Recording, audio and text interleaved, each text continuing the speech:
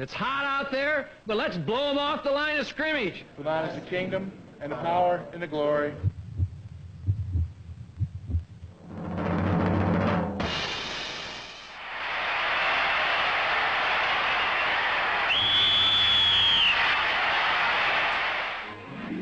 Two coaches with one hope on a rainy Sunday afternoon: to win a game that looms as a very big one for two of the surprise teams in the NFL this season. Tommy Prothrow's Chargers have won 4 of 6 and trail Oakland by only one game in the AFC's Western Division. Cleveland is also just one game behind in their division, and Forrest Gregg's young club is coming on strong now after 2 very lopsided defeats early in the schedule. After Cleveland's worst season in history, in which they won only 3 games, every Brown, from the smallest to the tallest man on the squad, believes this team will be a factor all year long. One of the biggest reasons, of course, is the much-heralded return of hometown hero Paul Warfield, indisputably one of the most gifted all-around athletes ever to play the game. Traded to Miami in one of the worst trades ever made in the NFL, Warfield was acquired to bring not only much-needed talent to the Cleveland air attack, but a huge measure of maturity and class to the youthful Browns. With the fabled Warfield on one flank and Reggie Rucker, the leading receiver in the conference last year, on the other, Cleveland quarterbacks have 2 quality weapons in their air arsenal. Of course, Cleveland's main man is the little guy from Oklahoma, Greg Pruitt, the top rusher and second leading receiver in the AFC. But the biggest surprise has been a quarterback, where Brian Sipe, filling in for injured Mike Phipps, has been sensational. 2 weeks ago, Sipe set a team record for most passes completed in a game. Today, he will break 2 more. Last week, the Cleveland ground game amassed 320 yards. But thanks to the likes of number 68 rookie defensive end Leroy Jones, it appeared running would be the hard way for the Browns to move the ball today. So in the first quarter, Sipe ignored his infantry and went the air route, passing to Rucker over the middle for 22 yards to the Charger 42. 2 plays later, the Cleveland quarterback swung a pass to Pruitt, who took advantage of some good blocking and his own dazzling talent.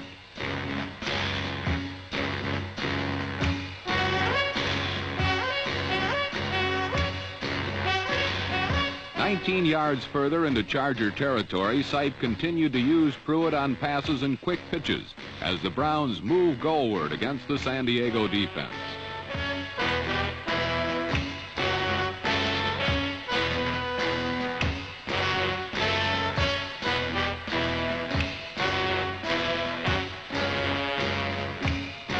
With Sipe at the helm, Cleveland has been throwing the short pass more often and utilizing Pruitt as a receiver more than ever. This is one area where Sipe is an improvement over Mike Phipps, who likes the long ball. The Browns' brain trust had been successful in getting the ball to Pruitt on the flanks, where he is so dangerous. Now from the Charger 19, the call was for Pruitt inside, and the little guy with a Mighty Mouse physique took it all the way to the 3. A repeat of Pruitt's twisting, turning journey through blue and gold shows why he was the leading runner in the American Conference.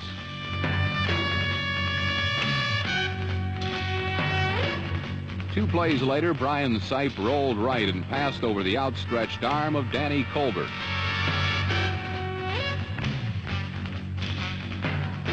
Reggie Rucker's touchdown was his 6th of the season, and it gave Cleveland the lead 7-0.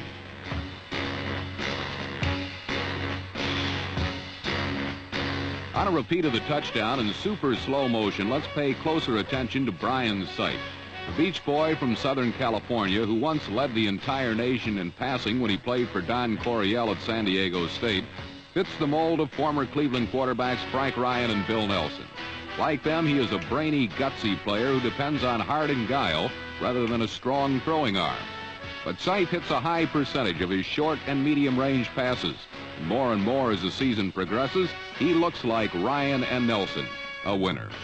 Ahead by 7, the Browns forced a Charger punt on the next series, and Steve Holden, number 88, burned it back for 38 yards to the San Diego 27.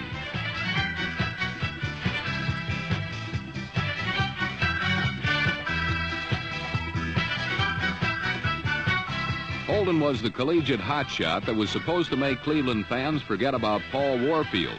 While he has fallen far short of that, his contributions as a kick returner and wide receiver behind Rucker and Warfield have been considerable. A few plays later, Sipe passed 18 yards to Warfield on his patented slant over the middle.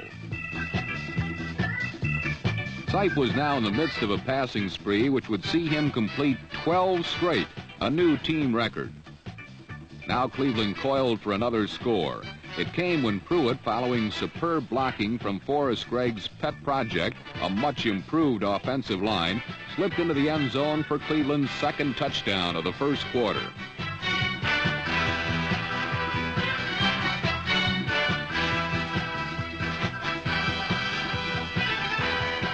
On the Browns' first possession of the second period, they began a third consecutive sustained drive, starting with another Sipe-Warfield hookup that produced a first down.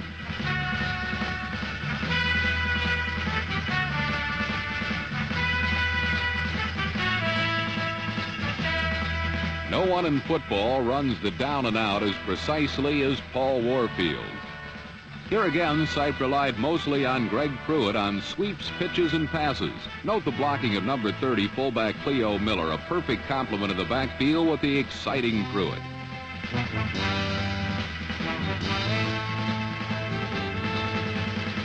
For the beleaguered Chargers, the little guy seemed unstoppable.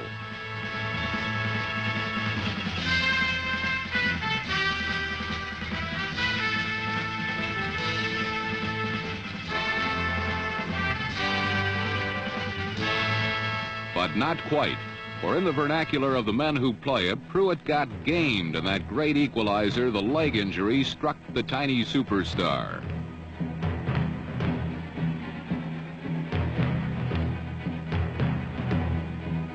Pruitt suffered a badly sprained ankle that put him out of the ball game for the rest of the day and will keep him on the bench for one, possibly two more games.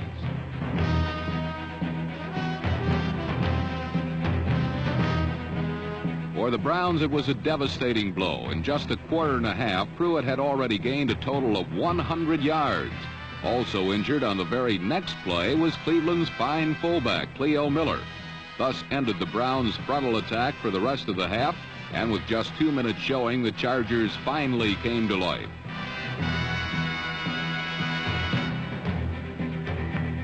Charlie Joyner's remarkable catch in the end zone is seen again in slow motion as quarterback Dan Fouts perfectly placed the football over cornerback Ron Bolton. Joyner did the rest.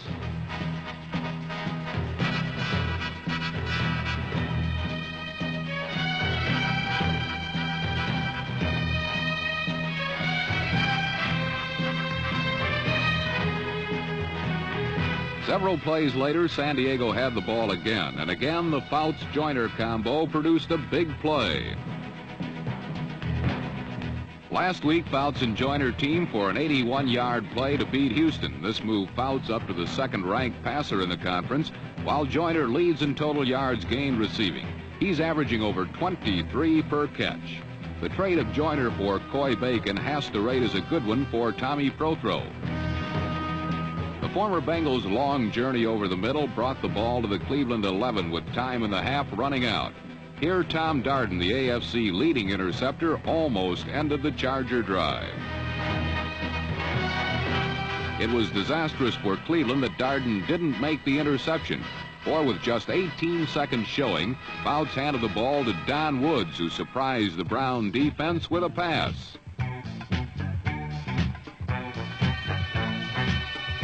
Sam Scarber's lonely catch was the Chargers' second touchdown in less than 2 minutes and tied the game at 14 apiece.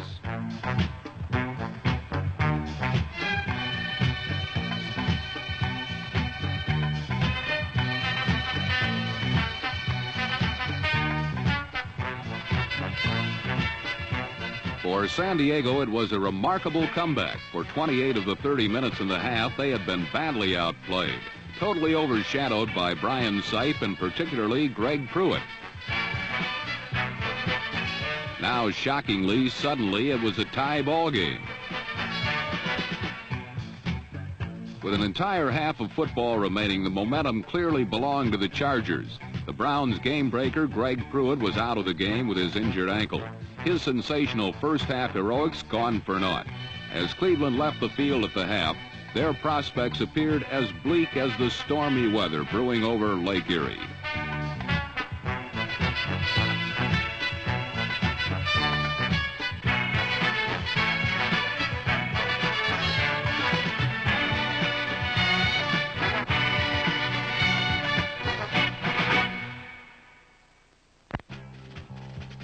The Chargers, who had scored 2 touchdowns in the last 2 minutes of the first half, maintained their heat through the halftime break.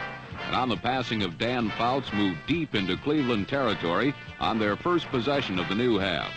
Both Fouts and Sipe would complete 23 passes in the game, and as illustrated on this isolation of Brown defensive end Joe Turkey Jones, they were able to do it because of impeccable pass protection. With the goal line now only 8 yards away, Fouts turned to his runners, but they were denied. An improved Cleveland defense is a major reason for the Browns' resurgence in 1976. And number 86 linebacker Gerald Irons, who came over from the Oakland Raiders, is a major reason for that improvement. Iron-willed Irons and his cohorts held San Diego at the 5-yard line.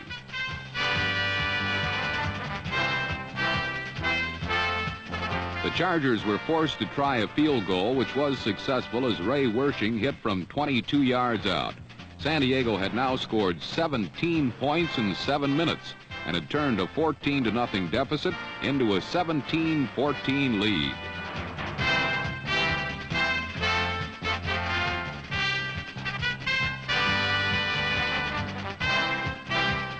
Quick strike offense is not all that new to the Chargers, who can put up points with any team in football. And though they do not have a shutout defense, it is good enough to hold the opposition to fewer points than their offense can score. With Greg Pruitt out, a whole lot of the Cleveland offense was missing, and the Charger defense felt quite secure in the belief that they could hold the Browns. And hold them they did, but 2 plays after a San Diego interception of Brian Sipe, Fouts turned the ball right back to the Browns. Gerald Irons turned in a big play with an interception on the Cleveland 30. The Browns had finally stopped the San Diego point pileup that threatened to turn the game into a walkover. Looking at the play from the end zone reveals that Fouts was again well protected and probably did not see Irons coming over from the inside to cover the outside.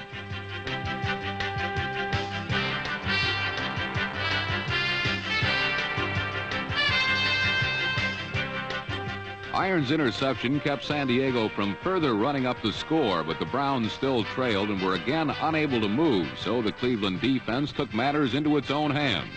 San Diego next gained possession on their own 40. Fouts did the smart thing by continuing on with the play, although there was a penalty called on the snap.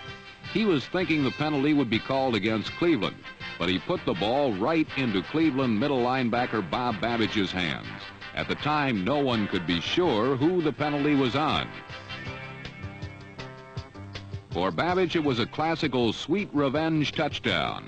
Babbich used to be a San Diego Charger, but they had moved him to the outside and he wanted the middle. Traded to the Browns, he now had showed his former team that he can indeed play the position. As a further benefit, Babbich now plays in a familiar setting, for he is from Youngstown, Ohio. And he now plays the position he likes for the team he loves, and does it well. Unfortunately, Babbich's 60-yard interception return was nullified, for Earl Edwards had moved across the line when the Chargers were going into their set position and could not get back before the snap, nullifying Babbich's touchdown.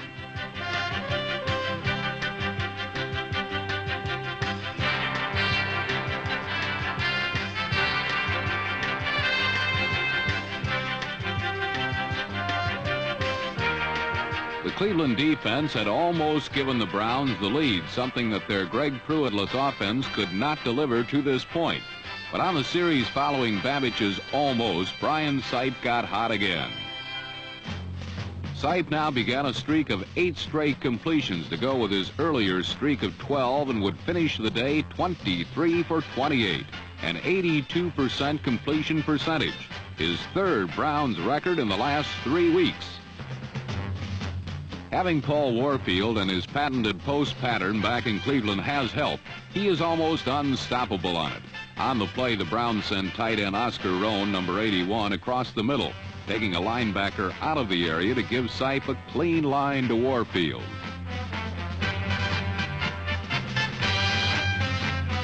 Sipe had the Chargers reeling and set up for a run on which Larry Poole tacked 18 yards onto the drive. Poole, with 64 yards rushing, was taking some of the pain out of Pruitt's absence.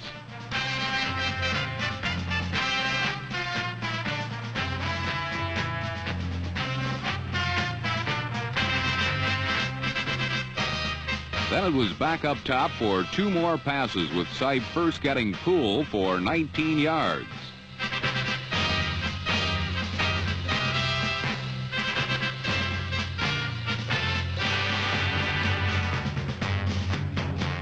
To finish the drive, Sipe hit Oscar Rohn on the second play of the fourth quarter, and Cleveland had regained the lead.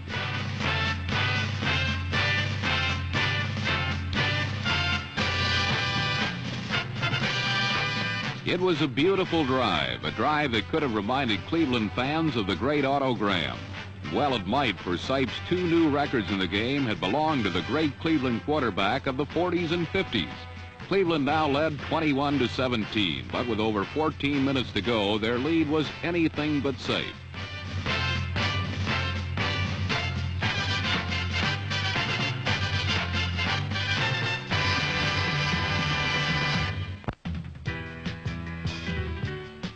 The San Diego Chargers are capable of scoring from anywhere at any time, and with almost a whole quarter to go, there was no need to panic.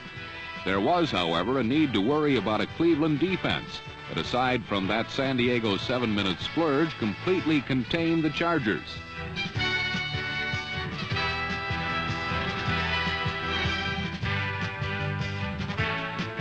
The only problem for the Browns was that they, too, were unable to move for a clinching score. The game would come down to 4 possessions, 2 by each team. The Browns trying to put the game away, the Chargers trying to win it back.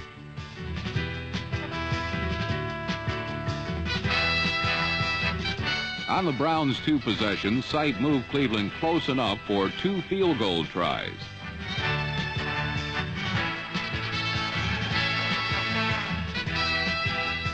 The first time, 3 pass completions set up a 44-yard field goal try. The second drive, keyed by the good running of Cleo Miller, who had returned from his injury, led to a 39-yard attempt.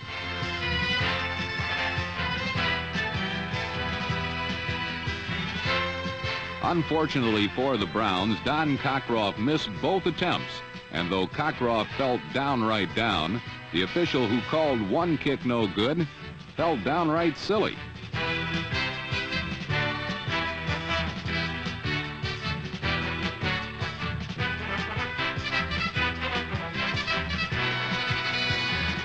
The 2 Cleveland drives had, however, eaten up a lot of the clock, and Fouts would be forced to throw on almost every play, hoping for a miracle that would have haunted Don Cockroft. But Fouts could not make it happen on the Chargers' last 2 possessions. First, from the Cleveland 30, Charlie Joyner broke between 2 Brown backs, but Fouts missed him.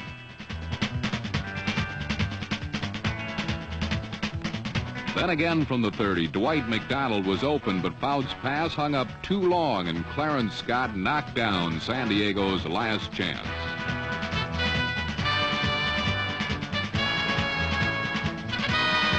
Cleveland's 21-17 win brings both the Browns and Chargers to 4-3 records, but they are 2 very different 4-3s. The Chargers have now dropped 3 out of their last 4. They are 2 games behind the Raiders in the AFC West Division and in danger of slipping out of the race with a game in Pittsburgh coming up this week.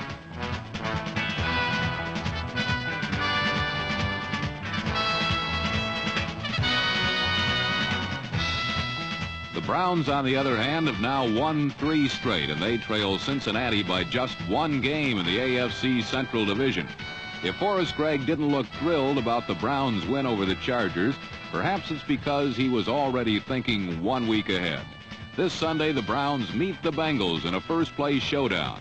after the surging Cleveland Browns defeated the fading San Diego Chargers 21-17.